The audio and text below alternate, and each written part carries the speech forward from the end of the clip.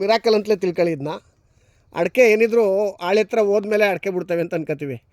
But ಇಲ್ಲಿ ನಮ್ಮ ಪ್ರಕಾಶ್ ಅಣ್ಣವ್ರ ತೋಟದಲ್ಲಿ ನಮ್ಮ ಹ್ಯಾಡ್ಶಾಪ್ ಪ್ರಾಡಕ್ಟ್ಗಳು ತಾಕತ್ತು ಹೆಂಗಿದೆ ಅಂತ ಹೇಳಿದ್ರೆ, ಕೆಳಗಡೆಯಿಂದ ಲೆಕ್ಕಕತ್ತ ಬನ್ನಿ.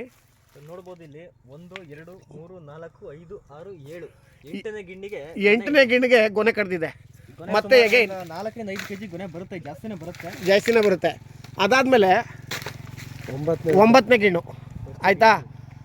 ಅದಾದಮೇಲೆ 10ನೇ ಗಿಣ್ಣು, ಅದಾದಮೇಲೆ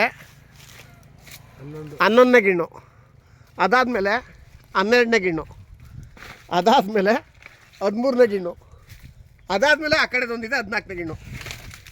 ಏನಿದು ಇದ್ರ ಶಕ್ತಿ ಏನಪ್ಪ ಅಂತ ಹೇಳಿದ್ರೆ, ಇದರ ಮೈಕ್ರೋನ್ಯೂಟ್ರಿಯೆಂಟ್ಗೂ ನಮ್ಮ DNC 90ಲಿರುವಂಥ humic, fulvic, amino, natural source of NPK, ಬೇವಿನ ಹಿಂಡಿ, ಹರಳಿಂಡಿ ಮತ್ತು 16 ಮುಖ್ಯ ಮತ್ತು ಮೂಲ ಪೋಷಕಾಂಶಗಳು.